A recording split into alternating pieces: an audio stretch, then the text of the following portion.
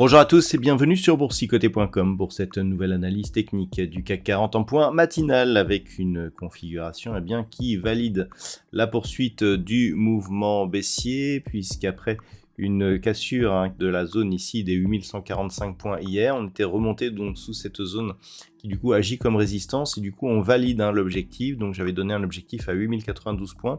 On voit qu'actuellement c'est vraiment cette zone qui fait figure de support et qui correspond au début du comblement de ce gap que nous avions eu ici, gap haussier entre le 7 et le 8 mai.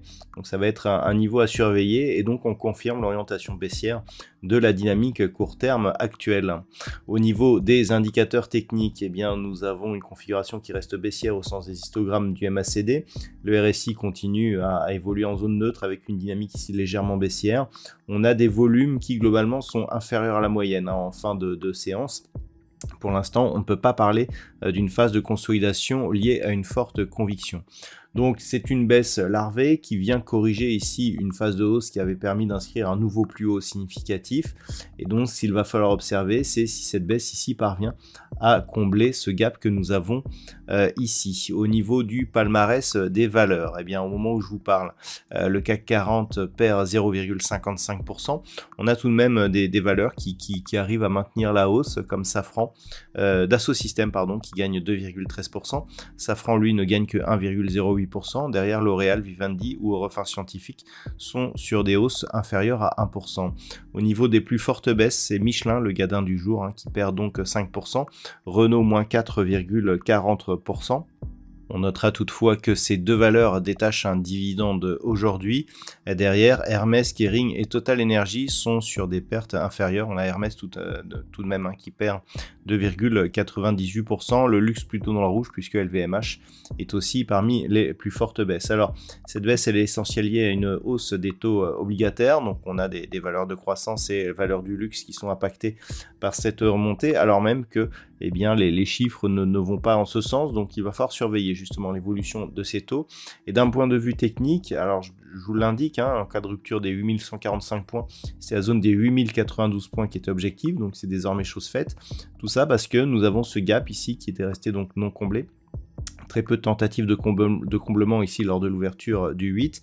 Et donc là, on est venu tester cette zone. On a commencé à combler puisqu'on avait ici un point bas à 8089,28. On a ici un point bas actuellement à 8087,79. Donc on peut dire que l'on a réagi ici sur justement l'ouverture de ce gap. Si on parvenait à combler ici, le prochain objectif serait 8024 points. Donc là, clairement, d'un point de vue moyen terme, on reste ici dans une dynamique neutralisée. Alors, il ne faut pas oublier qu'on a eu des versements de dividendes, donc on est un peu plus haussier que ce qu'on en a l'air. Mais par contre, ici, le fait de venir dans ces zones, nous sortirait de ce range avec une option plutôt haussière. Donc, tant que l'on reste ici au-dessus des 8092, on a une petite option haussière qui subsiste, notamment parce que ce gap ici, qui était un gap de continuité, ne serait pas comblé et nous donnerait donc une option qui serait plutôt positive. Mais si on venait à combler celui-ci et que l'on revenait par exemple sur la zone des 8024 points, les choses changeraient puisqu'on passerait dans la partie inférieure du range, avec un risque de revenir ici sur cette zone majeure des 7910 points. Donc les points à surveiller pour aujourd'hui, c'est ce gap, son comblement et éventuellement une clôture au-delà de celui-ci nous donnerait des informations assez négatives. Si on rebondit et que par exemple on repasse au-dessus des 8145 points, on viendra ici au contact avec la moyenne mobile 20 exponentielle.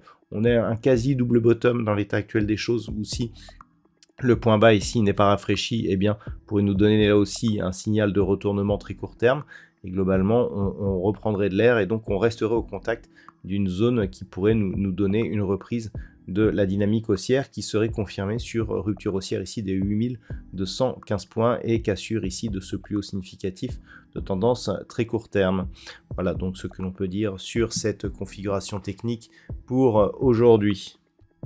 D'un point de vue macroéconomique, au niveau des statistiques majeures, on a eu la décision de la Banque nationale de Nouvelle-Zélande sur l'évolution de ces taux d'intérêt qui sont restés fixes donc durant la nuit. Nous avons déjà eu les chiffres de l'inflation du côté de la Grande-Bretagne qui sont ressortis légèrement supérieurs aux attentes, mais en forte baisse par rapport aux derniers chiffres. On perd quasiment 1% d'inflation donc du côté de la Grande-Bretagne. Cet après-midi, donc nous aurons du côté des États-Unis à 16h les ventes de logements existants qui seront dévoilées. À 16h30, nous aurons les stocks de pétrole brut. Mais ce qui sera certainement le plus attendu, c'est les minutes de la Fed, donc le compte-rendu de la réunion du FOMC qui sera dévoilé à 20h. Voilà, on sera attentif à la sémantique employée lors de ces minutes de la Fed. Je vous souhaite donc de passer une bonne séance. On se retrouve dès ce soir pour toutes les autres analyses techniques du site boursicoté.com.